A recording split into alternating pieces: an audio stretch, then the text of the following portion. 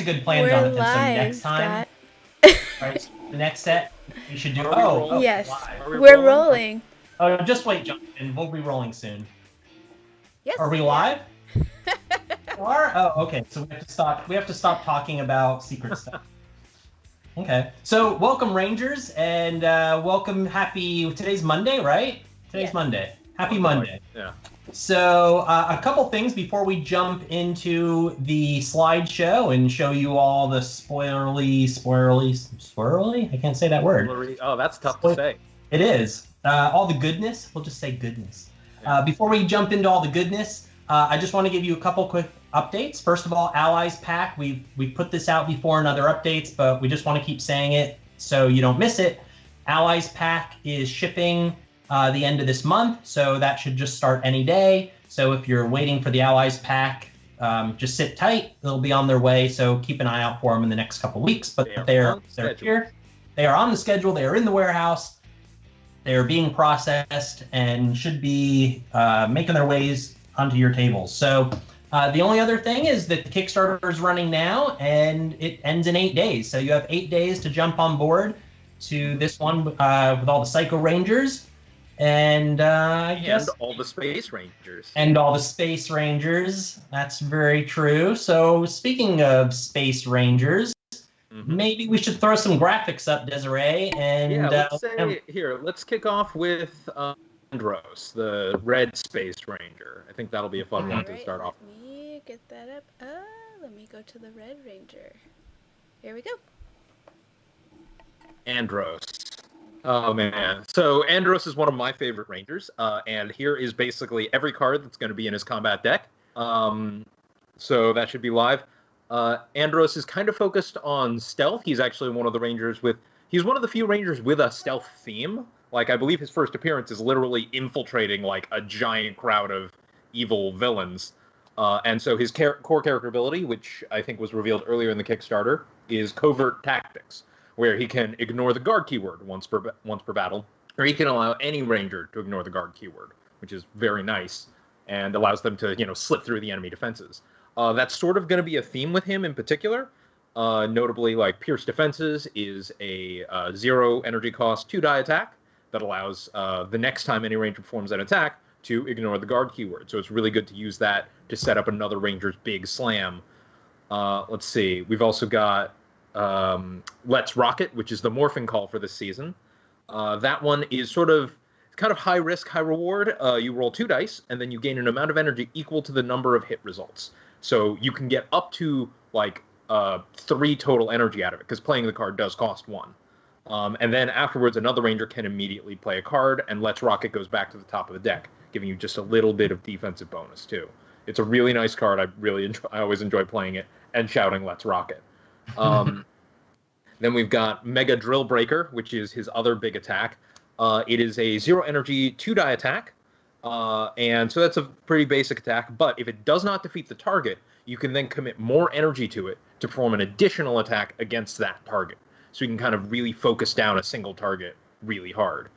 It's a pretty useful card, and it can kind of allow you to, like, if an enemy only needs a little bit of effort, you can play it and finish them off without having to spend that extra energy, which is useful.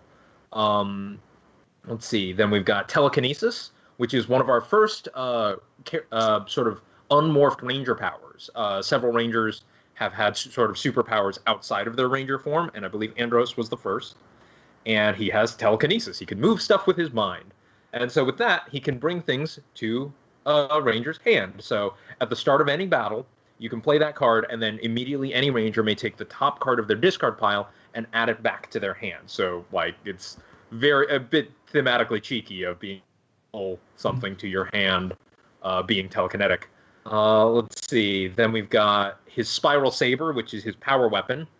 Like most power weapons, it's 3 energy for a big attack. This one is 4 dice that ignores the guard keyword and allows you to spread a little bit, like 2 damage hits around to enemies adjacent to the target as it hits pretty heavily. And then finally, we have the Astro Blaster, which every Ranger in the space team gets one. It's their sidearm, similar to the Blade Blaster for the Mighty Morphin and Hyperforce Rangers, or the Power Sword for the Zeo Rangers. The Astro Blaster allows any ranger to ignore the guard keyword when choosing it, and adds 1 damage to that attack for every energy spent to play the card. So you can sort of boost it a little bit. You can play it at 0 just to let them ignore guard, or you can boost it by like 1, 2, or 3 to add a little bit of extra heft to the hit, which is always very nice. So yeah, that's kind of... There's a lot of guard hate going on here. Andros in particular hates guard, and kind of he is the first Space Ranger. He's the one who sort of recruits all of our other Rangers from the Turbo season into the Space team, and kind of the Astro Blaster sort of represents what he has given to all of them, right? Guard hate is going to be a recurring theme among certain Rangers, and it is kind of how we represent stealth. You'll notice Phantom Ranger also has a lot of guard hate, which is helpful. So yeah, like, guard is a difficult keyword to work around, but you can slowly build a whole team whose entire purpose is getting around guard. Although that may mean you don't have the ability to deal with certain other effects. Yeah. Or other difficult things, like fast. You can go too far. All right, so who's next? Let's go with Yellow, the Yellow Space Ranger, Ashley Hammond. Let me switch on over. There you go. So here we've got Ashley. Her character ability is Optimism. Once per battle, when any ranger rolls a result during an attack, you can gain 1 energy. I'm gonna say I've rolled a lot of blank results in my life. Mostly because all of you know the answer to that already. But she sort of has this nice, like, okay, if someone, usually someone rolls a blank result battle, and she can then get an energy out of that. And hey, if her ability doesn't trigger during a battle, that means you didn't roll any blanks. So I wouldn't complain. Let's see. Let's go through. So she has Take Aim, which is actually the same card from the Pink Ranger from Mighty Morphin. It's just a solid card, gain 1 energy, and then allows you to immediately play another card. And when you play that card, you get to reroll any number of dice during that shot. It's sort of this nice, good general effect. Ashley Hammond from the Mighty Morphin Pink and Mighty Morphin Yellow Rangers. She's got kind of a mix of both of it. She's a good utility ranger on that front. She's got a bit of energy general, a bit of precision damage, and a little bit of sweeping potential. She's kind of she's really fun to play. Kind of her signature card is Trick Shot, which you can see right there with bouncing between 2 Quantrons. You roll a 2 dice attack for 0. If you roll any blank results during that attack, you get to deal 1 damage to an enemy card that is adjacent to the target. Notably, while someone has pointed out to itself, you cannot deal this damage to the primary target of the card. That is, like, the intention is that it goes to other things, right? You're bouncing the shot. Yeah, it's sort of one of those weird technical language things that, you run into when you have a game with this much content. Let's see. After that, we've also got Rapid Fire, which also keys off of the blank result, which is play this card when any ranger rolls a blank result during an attack. You then immediately add 2 more dice to that attack. So it's kind of a nice big boost of damage, like just kind of lay down very suppressive fire type of effect. And it's sort of one of the few that adds dice after the roll has happened, which often means that, like, you've already spent your rerolls and other card and other modifiers to it. Let's see. Then we've got Precise Shot, which is a 1 die plus 1 flat damage attack. So it always will deal at least 1 damage plus 1 die. And that allows her to ignore the guard keyword as well. This is kind of Ashley and Andros have sort of a thing going on.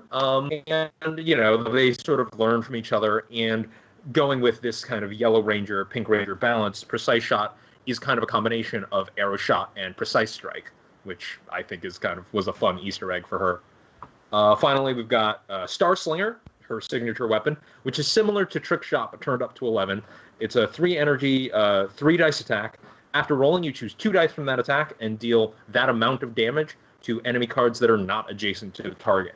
So you can think of it very similar to the Power Axe from Mighty Morphin, which hits all adjacent enemies with that burst. This one is that are not next to the target, which leads to some really interesting board arrangements when you have Right. And decide on where you want to target. And it says up to 2 enemies, so you could just pile it all onto one. Well, it would still do the same amount of damage to one. Oh, I see what you're saying. Okay, yep. I'm trying to game this. So each of up to 2. I know, Scott. I got your number. Of course, she also has an Astro Blaster, which allows her to modify her attacks and boost some of her damage, which is always nice. But yeah, so that's Ashley Hammond. I really love the slingshot. It's cool. One of the sillier Ranger power weapons. It's a fun one. Okay, let's see.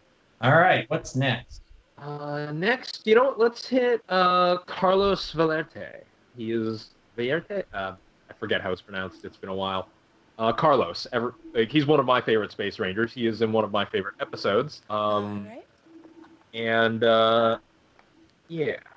Let's bring him up. He is. Let me know when he's up. So Carlos is possibly the most risk versus reward Ranger we've done so far. He's kind of he goes hard and plays very high risk. So once per attack, if he has 2 or fewer cards in his hand, he can reroll any number of dice during that attack. That means that as his hand gets lower, his attacks become more reliable.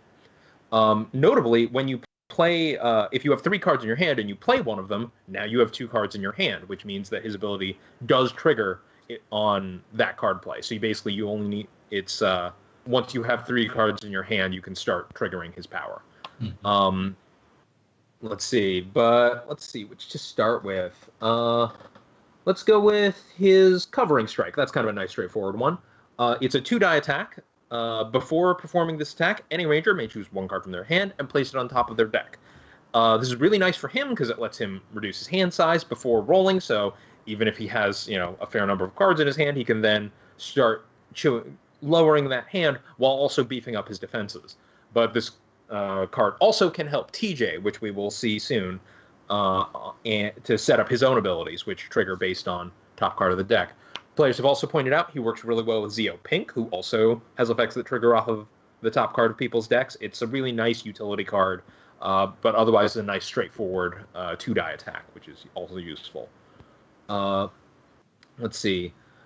We've also got Meteor Smash, which is really big, sort of a fun hit. It's a 0 energy, another 2-die attack. Before rolling, you can choose to discard one card from your hand. If you do, you can either gain 1 energy or add 1 die to the attack. So it's got a little bit of versatility at the cost of spending some cards. Admittedly, getting that bonus die along with his reroll is really nice and powerful, or gaining energy when he needs it is also quite useful. Meteor Smash is kind of a nice utility card that can do different things depending on the situation, which is often quite helpful. It costs a little more than some of its equivalents, right? Like certain cards that discard cards from your hand will probably add more dice if that's all they do. But because this can do both gaining energy or dealing more dice, that versatility is added to the budget of the card. Let's see. We've also got Moonfang Piercer, which is at first glance seems kind of crazy, right? It's a 1 energy card for a 5-die attack. But the effect is that before rolling, you must remove 1 die from that attack for every card remaining in your hand. So it is only a 1 energy 5-die attack if it is the last card that you play, and then your hand is empty. If it is the first, it is very possible, like if it is the first card you play, it's only a 1-die attack. So I wouldn't recommend playing it early. But if you build up right and you start kind of venting your cards, it can be a huge, nice finisher. It is one of my favorite cards. Yeah, and Moonfang Piercer in conjunction with his Ranger power is crazy. Mm-hmm. Yeah, he really wants to kind of run slim on cards. Now, which is weird because most Rangers, they want a nice big hand with a lot of options. Carlos, as his options dwindle down, he gets more committed and more powerful, which is like a fun, different gameplay style. Some of our testers really love it, and some of our testers, it makes them really anxious to go down to those couple of cards. But yeah, he's been a really fun one to play. And then we've got Rising Moon, which is his maneuver. Rising Moon allows him to immediately draw 1 card and then choose any number of cards from his hand and place them on top of his deck. Then any ranger may immediately play one card, including himself. So if he wants to really set this up, right, he could play Rising Moon to draw and hope to get Moonfang Piercer, put every other card on top of his deck, and then lay it down that big slam. But that may be all he does for the whole fight, depending on the situation. And finally, we have the Lunar Lance, which is a 3 energy, 4 die attack. That's his power weapon. But instead of paying the energy cost, he can instead just discard 2 cards from his hand, which means he kind of generally has an at-will 4 die with a reroll if he really needs it, right? Which can be very useful and is kind of a good clutch finisher. And I kind of love the Lunar Lance's design, this like big hooked stave.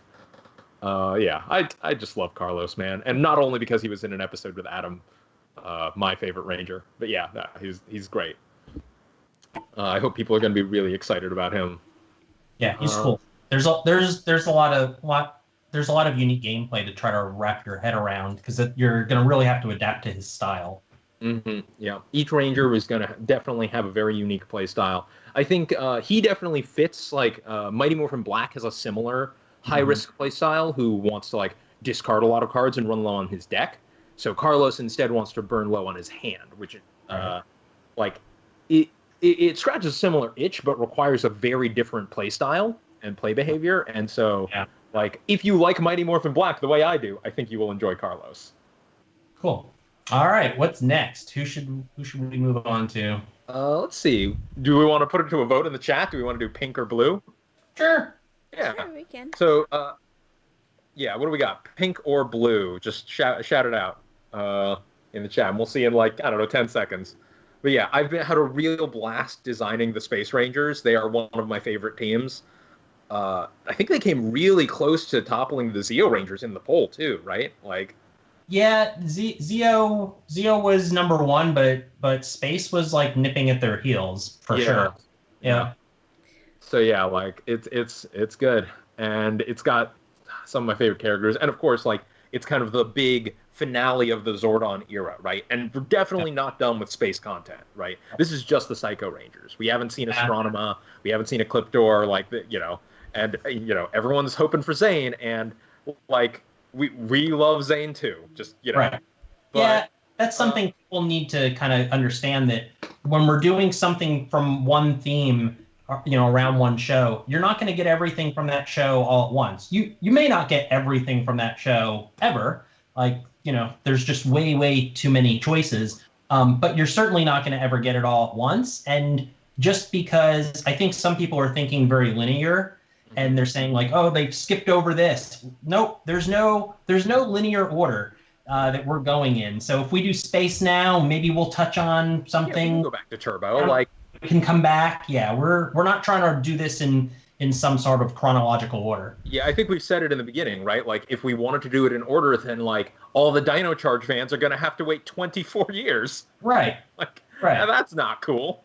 No, that doesn't seem like a good plan. there's a lot of Ranger fans, but, we are doing our best, give fans as much as we can handle as we develop it too. And also, like, I doing all of so much at once is a tax on our playtesters as well, right? We want to make sure what we do put out is as good as possible. And so we really appreciate your patience as we, like, make sure that, like, each of these pieces of content are well tested and well designed and have had a good, like, oh man, these are so fun. Yeah. Oh boy. And part of the charm of the game is that you aren't limited the way the show was limited. You can mix things in ways that could never actually happen on screen. Mm-hmm. So don't stress over it too much. Like, if you don't get the exact monster, or villain or ranger that you want, you kind of get to create your own stuff. So, all right, Desiree, who won? So it looks like from both Facebook and Twitch, Pink has won. So Pink, all right. Go with Cassie Chan. Let me get Pink up there for you. There we go. Oh man, Cassie has some of my favorite art on the cards. I'm not gonna lie. Like, A lot of the Rangers you'll be seeing it's Dan Mora art that we've seen so far, and he is very good at drawing very dynamic action sequences, I think. All right, and Yep. Cassie is up. Yep. So Cassie Chan, her special ability is Ready to. Once per battle, any Ranger may discard the top card of their deck and then choose one card from their discard pile and place it on top of their deck. Meaning they can choose the card they just discarded if they want, and now they know what's on top. Otherwise, they can swap in another card that could be differently useful. It is also useful to possibly even set up Andros's his telekinesis card, so you can toss out a card that you definitely want in your hand and make sure that that comes back to your hand as well. So she is actually the first one of the first defensive Pink Rangers. Most of them so far have been either support or high damage Rangers, like Kimberly or Chloe. So Cassie, let's see, where should we start? Let's kick off with Sweeping Strike, which is actually a card you may be familiar with. Mighty Morphin Black has a similar card, which is roll 2 dice, deal 1 damage to an enemy card adjacent to the target. A nice solid AoE 1 energy striking attack. That works really well with some of her other cards, including Orbital Dropkick, which, I mean, may be my favorite card name that we've done. So Orbital Dropkick is pretty weird. It's a maneuver, and it does nothing on the turn that it is played. Instead, during the next Ranger turn in this battle, instead of playing a card, you may perform a 3-die attack and deal 1 damage to each enemy card adjacent to the turn. So it's sort of this bomb hit that you have to kind of spend a turn charging up. It can be really useful for like doing sweeping moves. It is a nice big hit, and you can use Sweeping Strike to help you finish off multiple cards after landing an Orbital Dropkick. But it's a really strong attack that does not cost any energy, and instead it costs Ranger turns. Yeah, that's not a bad trade though, right? Like that seems pretty cool. Yeah, like it is definitely like if you are just playing, it saves you a card as well. Like oftentimes that amount of damage is something you would want to play either multiple cards or a bunch of energy or a power weapon to do. But with that, like it kind of delays you a turn. It is similar in design to Tommy Oliver's Energy Orb from Dino Thunder Black. Mm-hmm. Which is like this big attack that then costs you a turn later, right? Like you need a turn to recharge, like Hyper Beam from Pokemon. Go on the deep cut references, Scott. We love the 90s. But yeah, so Orbital Dropkick is a very fun card to play, and like you kind of want to pick and choose your moment, because like doing the setup could cause you to take some hits. Luckily, if you are taking the hits, you've got Comet Kick. And Comet Kick is a 0 energy, 2-die attack, nice and simple, but it has a star effect, which I think is the first star effect we've seen so far on this team. And that effect is when this card is revealed for defense, you can choose to either gain 1 energy or add 1 shield to this card. I believe this is Cassie's only energy generation card.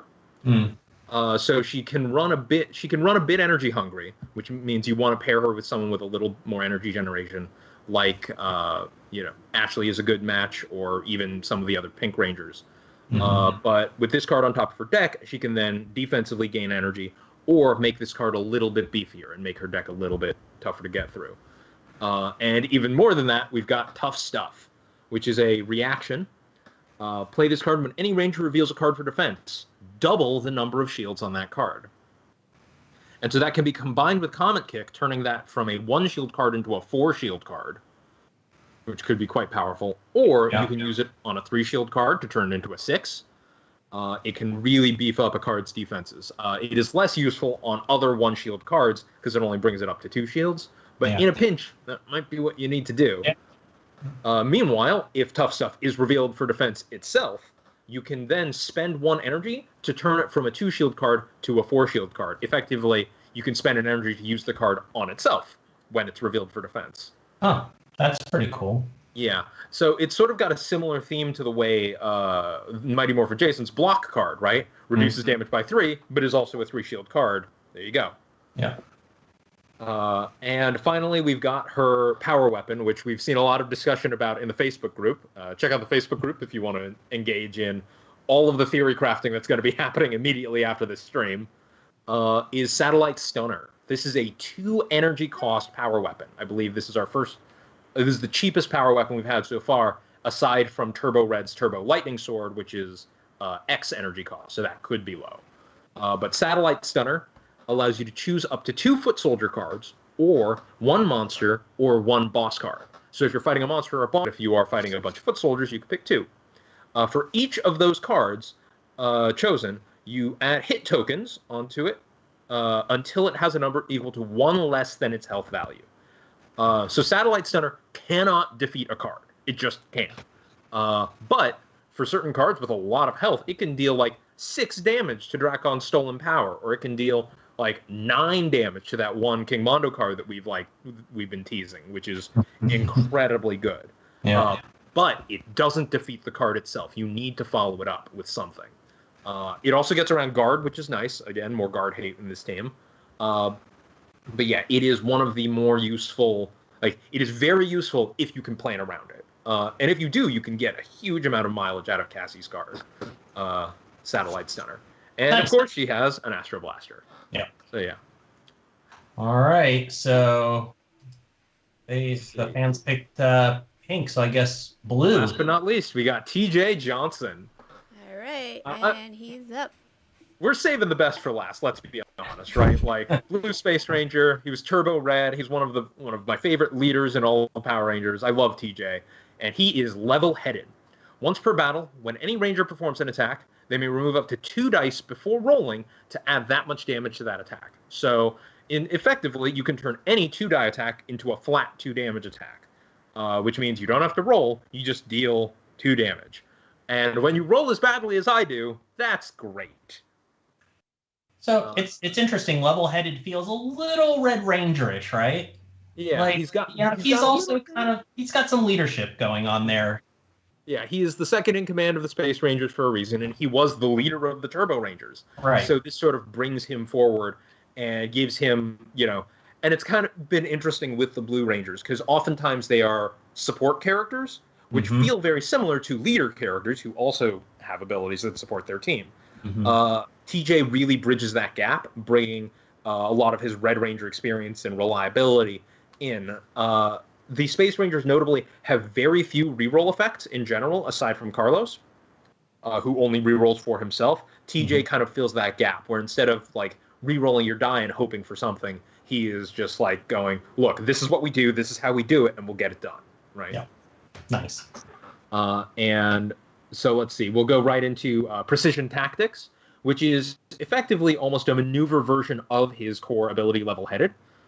Which is a Ranger of your choice may immediately play 1 card. If it is an attack, they may remove any number of dice from that attack before rolling to add that much damage. So where TJ kind of tops out at 2, Precision Tactics lets him just do like all of them if you need, right? So it can turn, say, Kimberly's Power Bow, which is a 6-die attack that ignores guard, into just a flat 6 damage hit that ignores guard. Making it even better than Rebel Ranger Slayer's Bow of Darkness in that case. Precision Tactics is really like, we need these cards to go now, right? Like, very pure hits. And then we've got Buster Rifle, which is his signature card.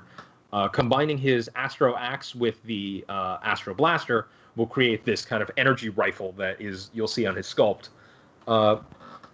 It allows you to you play it, and instead of dealing damage with dice, you reveal the top card of your deck, and this deals a flat amount of damage equal to the number of shields on that card. So if it's only 1 shield, it's only going to do 1 damage. But if it's 3 shield, that's 3 damage without rolling, which is always really nice, especially for a 0 energy cost card. Yeah, that's pretty cool. Yeah, it arguably has like a lower ceiling than rolling 2 dice, which can get up to 4 damage on them. But the odds of that are pretty low, and you have fairly higher odds of scoring 3 hits on your top deck. Plus, you will never get 0 hits on your top deck. Under normal circumstances. I'm not going to say what certain enemy cards are able to do in the future. But yeah, so Buster Rifle is kind of one of his good, reliable hits. Cosmic Cleave combos into it really nicely. It is a 1 energy, 2-die attack. If this card defeats the target, you may place this card on top of your deck instead of discarding it. So 1 energy for 2 dice is okay, right? Like it's a little expensive, but if you do manage to get the finisher, that puts a 3 shield card on top of your deck, which will absorb a huge amount of damage, right? And will power up Buster Rifle for a nice big shot. So that's a good combination together. And then you've got Strategic Defense, which is play this card at the start of a battle.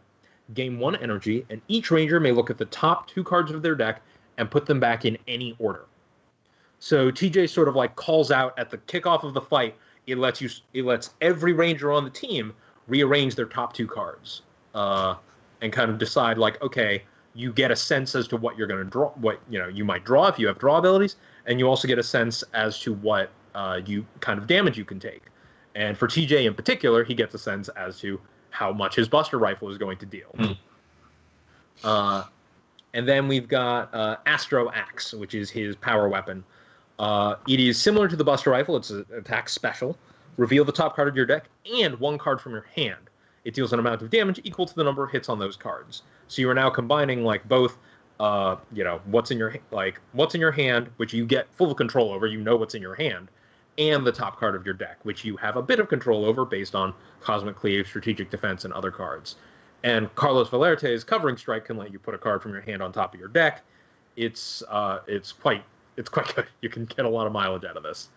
Nice. But yeah, that's TJ. So you'll notice I think TJ has 1 card that rolls dice for attacks.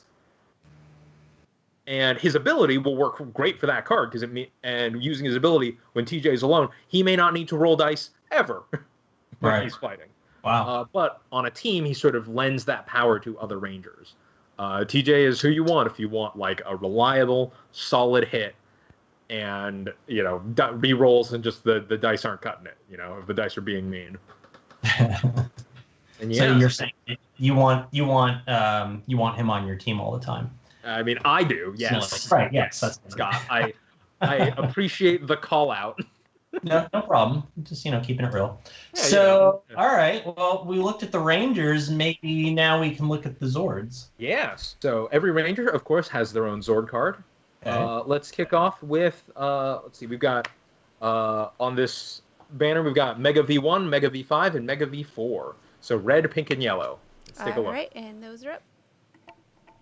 So we've got Mega V1. This is kind of so. What's fun is that the Mega Voyager Zords, which are the Zords the Space Rangers have that are unique to each Ranger, are each themed on like bits of actual like space technology. So like Mega V1 is a spacesuit, and then we've got ones that are like shuttlecraft and like we got like a space shuttle, we got a rocket, we got like lunar landers, and yeah, so they're all fun. Mega V1 is Andros's, which is exhaust this card when any Ranger performs a maneuver or a reaction. Gain 1 energy, and that Ranger may place that card on the bottom of their deck instead of discarding it. So Andros has a fair number, has maneuvers and reactions, and so this allows them to save that as well as gaining a bit of energy. This is a fairly energy-hungry team, so having that little bit of boost is quite nice and useful. Then we've got, jumping to the other end of the Mega Vs, we've got Mega V5, which is Cassie's. Exhaust this card when any Ranger suffers damage. Reduce that damage by 2. That Ranger may then choose 1 card from their hand and place it on top of their deck. So this all resolves before the Ranger has revealed any cards for defense. So not only are they taking 2 less damage, they know exactly what card they're putting on top to absorb it. Again, like this can be really helpful depending on what they want to absorb and like how much damage they're taking, and can even be used to precisely put a certain card on top of, say, TJ's deck. Or it can be used to help power up Carlos by having him, remove cards from his hand so that he's more likely to use Hot Blooded. It's a really nice, versatile defensive card. Then we've got Mega V4. Exhaust this card at any time. Gain 1 energy. Any Ranger may draw any number of cards. Wow. Yeah, so that one has no limit to the number of cards you can draw. You can even defeat yourself using it if you really need to in certain really weird situations. It works really well with works really well with the Phantom Ranger, who sort of is a bit limited by his card draw since he joins battles mid-fight and doesn't get to have the draw step at the start of battles often. And it also, of course, gives a bit of energy. Notably, this is another example of the Yellow Space Ranger kind of bridging Mighty Morphin Yellow and Mighty Morphin Pink, one of which had a draw effect and one of which had an energy gain effect. So that's kind of a nice little gentle thing there. And Nice. so that is 3 of our Space Zords. We've got 2 more and the Megazord coming next. Shall we boot those up? Yes, let me. Whoop. And they're up. All right. Mega V2, the Black Space Ranger. Exhaust this card at any time. Any Ranger may discard up to 2 cards from their hand and choose twice that many cards from their discard pile and place them on top of their deck in any order. So this does force a Ranger to discard some cards from their hand, which for Carlos is not that much of a bad thing. Mm-hmm. But for other Rangers, it could be a bit more risky. And then lets them place them back on top in an order of a bunch of cards back on top in an order of their choosing. It is a fairly strong recovery effect and kind of gives you a lot of control over what your deck can be. Honestly, like having you can. I've seen players manage this so that effectively they on a 5-card deck, the top 4 cards are in an order of their choice, so they know exactly what's coming and what kinds of hits they can take, and it can be used very strategically, or just to get all of the cards that you really want back into your deck without having to recover. Let's see. And then we've got Mega V3. Exhaust this card when any Ranger performs an attack. After rolling, that Ranger may remove 1 die to add 2 damage to that attack. This is one of the nice, straightforward ones. It is just TJ's power, but even better. And it's after rolling, too. So generally, you're removing a blank. So it is a flat 2 damage. So a little more reliable than, say, the Tyrannosaurus Zords adding 2 dice. Again, this is kind of TJ bringing a bit of that Red Ranger energy to the team. And finally, we've got our first defensive Megazord, the Mega Voyager. So when you summon this card, and at the start of each action phase, which means each turn, or each round, place 5 energy tokens on this card to a max of 5. Each time a Ranger suffers damage, you may remove 1 energy token from this card to reduce that damage by 3. Effectively, each round, you get 5 free block cards from the Mighty Morphin Red deck. That's pretty awesome. It's pretty great. Like, a lot of enemies can hit really hard, and this will significantly help mitigate it. Notably, though, unlike most Megazords, which resolve every fight, this one is per round, meaning, like, even though you're, say, doing multiple fights in a given round, he only gets those 5 energy tokens for the whole round. Sure. But absorbing 15 damage is nothing to sneeze at, though, over the course of a round. So it is definitely one of the more fun Megazords to play with. Yeah, that's huge. I mean, that in a lot of cases will be the difference whether or not it keeps you in the game or not, or you basically just go down. Yeah, right? You're running low on life, like in a boss fight. It's real I clutch. mean, we would have appreciated it on our first game that we played last week. Yeah, I mean, like, sometimes, like, a lot of players in games like these really emphasize damage dealing, right? Like, so you've got the Dino Megazord and you've got the Dragon Zord, and all of those are kind of big hit cards. But none of that really matters if you can't clutch it out. And so with this, the Ranger, like, if you want to focus on making sure the Rangers are playing to the best of their ability and can stay in the fight as long as possible, the Mega Voyager is that play style, right? Other groups really like blitzing down the enemy, and this one may not suit their play style as much. But I encourage them to try it, because it is a really different way to play and kind of leads to some really exciting game states. Nice. All right. So, Desiree, do we have any quick questions in chat before we wrap things up? We had a few, and I was just waiting, and I'm sure more will come now that we're done. But so, could you ever take the game engine of Hero of the Grid for other popular properties? I mean, it probably could, right? Yeah, like, it's possible. Yeah, it was definitely designed with Power Rangers in mind. So if we were to adapt it, we'd want to make a couple of tweaks to it. Like, it wouldn't be, we wouldn't just reskin it, like, kind of straight over, because, like, these Rangers are really built to represent those characters, right? And these enemies and these worlds. But yeah, like, I mean, it's certainly possible. Yeah, the core engine for sure, but like you said, the actual gameplay and even some of the mechanics might need to change, because the way we designed Power Rangers was we started to make a Power Rangers game that would give you a Power Rangers experience. So we wouldn't want to take something that doesn't really fit the same experience and slap it on there. But you never know. There's other things out there that are cooperative, team working sorts of genres that, themes that might work in the future. But we're not working on any right now, so don't start the rumor mill yet. All right. And where did it go? Oh, can we one day have a Joshi pack with both Time Force Silver and Hyperforce Green? Pretty please.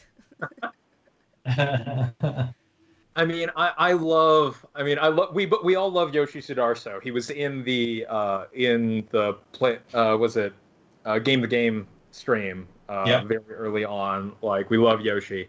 I think I honestly, if we were to do Yoshi eventually, I think we would want to do Hyperforce Green before we do Time Force Silver, just because, right? Like, we've got the Hyperforce team already. Yeah.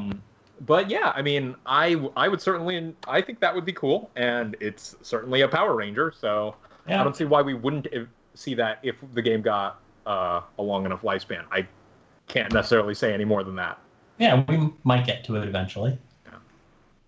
It would be cool. They're like, that's sort of the thing, right? It's like, yeah, if there's enough support for it, and there are Power Rangers fans who love everything, so it's like, yeah, I mean, like, it's all possible. But when Jonathan says enough support for it, don't post it like 27 threads about it every day. Exactly. Yeah, I think I'm going to start a new thing. Every time somebody posts a duplicate thread, that's one away from the count, right? Like, if we're keeping track of what people are interested. Oh, yeah, sorry. They doubled up. That's right. You doubled up. You can't do that. Or we'll just add one day to the ally pack shipping. We'll just like, oh, jeez. Now you're gonna get angry emails, Jonathan. That's right. Okay, how hard is it to keep cards balanced and not have newer Rangers fall into power creep? I mean, I posted a discussion about this on the Facebook group earlier about kind of the way the game's design philosophy works. And as we expand the game, as we explore new mechanics, naturally Rangers are going to be able to do things that other Rangers weren't able to do before, right? That's just going, and so the more options that are available, the more powerful the Rangers as a group will become inherently. And if we spend all of our time avoiding that, we just wouldn't have any interesting mechanics, and we would run out of design space super quickly. That being said, there are some formulas that we use when developing Rangers and developing, establishing power a certain card can have. There's sort of an energy cost formula, and you can kind of work it out a bit, right? Like, we generally won't do a 3-die attack at 0 energy cost. And if we do, there's going to be some other cost if you're not paying energy for it. Similarly, we are probably not going, if a card costs 3 energy to play as like a power weapon, we don't want that to be too overwhelming a floor for how useful those cards should be, because they need to be nice and impactful and feed into that Ranger's kit. Reactions and maneuvers have all these effects that key off of them. We're trying not to have too many abilities that chain into every other ability in the game. Like, we've seen some awesome action chains on the Facebook group. Like, every day or two, someone posts hey, I was able to get 45 damage off using this combo of 19 specific cards. Yeah. And, when you can do that, that's awesome. And that's not really unbalanced, because the odds of pulling off that combo, we want you to be rewarded for figuring that out and using those cards in the right way. But that's not something it's not easy to pull that off on a regular basis. Exactly. So those things are okay. Those are live the dream moments that we want players to have in any game. Mm-hmm. Yeah. And so and so we're working hard on making sure that those are achievable without being trivial to pull off. Right. And that's a big part of how we design these cards and work out their power budgets. And of course, playtesting, right? The new cards need a huge amount of playtesting, and we do our best to balance them against pre-existing content. And we kind of check to see okay, this Ranger seems like they're really energy hungry. How do they play on a team with not that much energy generation? How do they play on a team with a huge amount of energy generation? Does that become a problem, or is that just really cool? And it's one of the nice things that we have playtesters of a variety of skill levels and a variety of player types. So some of our groups are really hyper-focused on blitzing down enemies and never taking damage. And so they hate damage reduction effects. because they're like, oh, I never use these, because all they're about is like this all or nothing thing. And it can work really well for them because of the way they particularly play and plan. Meanwhile, other groups are like, oh, we love damage reduction. We love absorbing hits and kind of like beating the enemies, by attrition and outlasting them. And that play style is valid, and we want to support that. And just because one group will say this one feels this way, like we've had some polarizing responses, and it's sort of my job as the designer to pick out which ones like I want to listen to, and like we want to make cards for make sure that like I think I may have mentioned this. My kind of personal goal is I want every ranger to be some player's favorite ranger, right? Like I want some player to like look at that ranger and be like, that one's my favorite for every ranger in the game. And that inherently will mean some players won't like that ranger, right? Some players will be like, I don't really like playing that one because it's defensive, and they don't like playing defensively because it's support and they don't like playing support. Or, all it has is attacks, and they get really bored if all they're doing is attacking. Like, each of those different playstyles are valid, and I want to support them.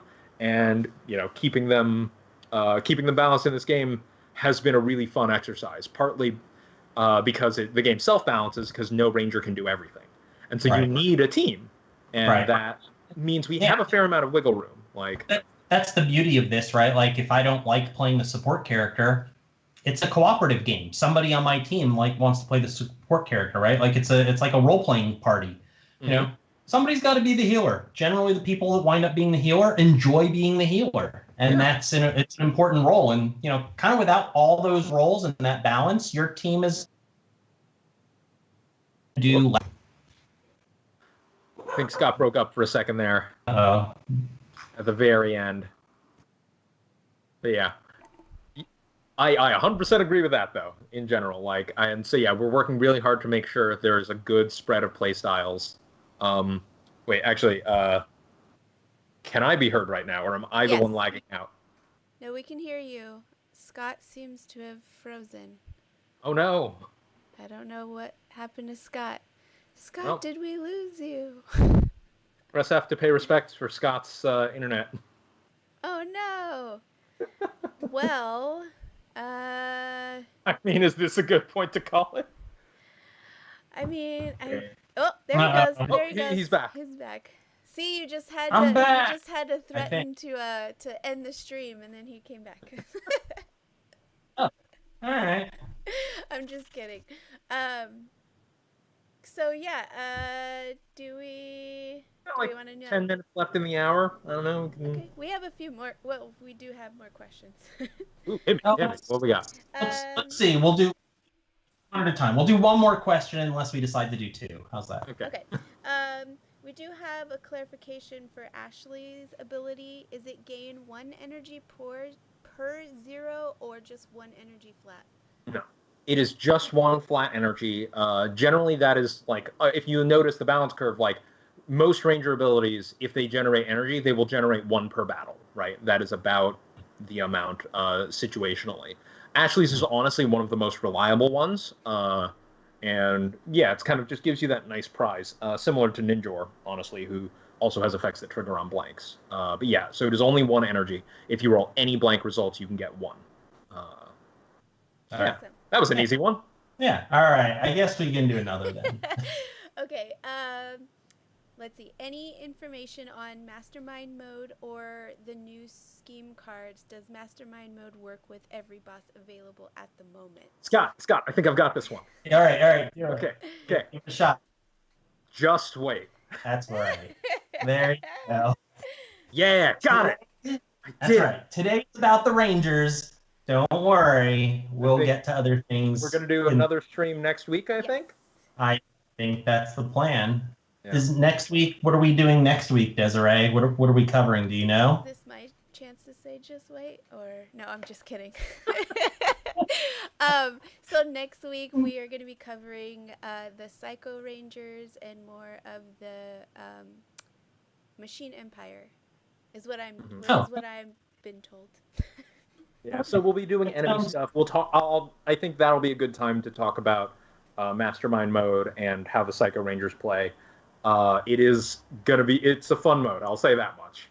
Yeah, and keep an eye on the updates. Don't worry. Terry's got a plan. There's new updates coming constantly. It'll be in there. Don't worry. Yep. Someone just table flipped, they said. Uh, uh, uh, Hey guys, I mean, you just saw the entire, like, the full suite of Ranger abilities from this set. I think that's a good conversation starter for now, and I'm real excited for when we get to Mastermind mode soon. we've got 8 days worth of content to cover. Don't worry. More goodies coming. All right, one more question. All right, let's see. All right, so if Desiree doesn't pick your question, it's Desiree's fault. Hey, I'm trying to do a good job. Yep. All right. Oh gosh, I have to choose one now. Right. Are we going? Choose your favorite, Oh, Desiree. this isn't necessarily my favorite. That's messed up. Oh. They're all my favorites. Oh, all right. This is actually an interesting one. Are we gonna see new enemy keywords in the future? Ooh. So keywords are one of the trickier parts of the game to design, particularly as we introduce them. If we add them to a pack, if we ever want to reuse them, we'll have to call out what that keyword is every time we introduce them, because they weren't in the base game. Players will need to be reintroduced every time. I think, given the long enough timeline, we will probably see at least one new enemy keyword, although we still haven't explored all of the design space available with guard, fast, and passive. But yeah, there is a reason why certain Ranger cards that refer to keywords have parenthetical text referring to, like, for each enemy card with the keyword, and then in parentheses, guard, fast, passive. Like, that leaves room if we add a new keyword. Like, Ninjor's cards that affect all enemies of a certain keyword can choose that new keyword if it happens. Right. There are reasons why we haven't done slow as a keyword, for example. Which, first of all, is just kind of a funny keyword to give to a bad guy. It's like, oh, this card's slow. This card's just worse than other cards. But yeah, I think we will likely be using some of that. There are some situations where we've done mechanics that if we were to do a new keyword, like, we've kind of already done that mechanic already, and so we wouldn't want to, like, retcon that keyword onto that card. Right. But yeah, so if we need to, we absolutely would do it. But so far we haven't needed to, and there's still been plenty of cool design space. Yeah, that was a really good question. Yay, I picked very well then. Yeah, that's right. And if we didn't get to your question, feel free, ask in the Kickstarter campaign. Join us in the Facebook group. That's a great place as well. I will say, if you're in the Facebook group, do a little search for your question too, because the chances are somebody may have asked it recently, and there's a whole conversation that you could probably join into as well. Yeah. So do that. Keeps the clutter down in the Facebook group and makes it manageable for everybody. But thanks for joining us. I hope you had fun and saw some cool stuff, and we'll be coming back next Monday. And stay tuned to the Kickstarter for updates constantly, and 8 more days, Every day for 8 days. New updates, new content reveals. Oh boy, these Psycho Rangers. Oh boy. Thank you all so much for your support already. Like, this has been a really fantastic campaign. It's been really cool seeing the player response and how excited people have been. And yeah, let's keep this train going. Yep, it's awesome. Thanks so much, and we'll see you next time. Bye. Cheers.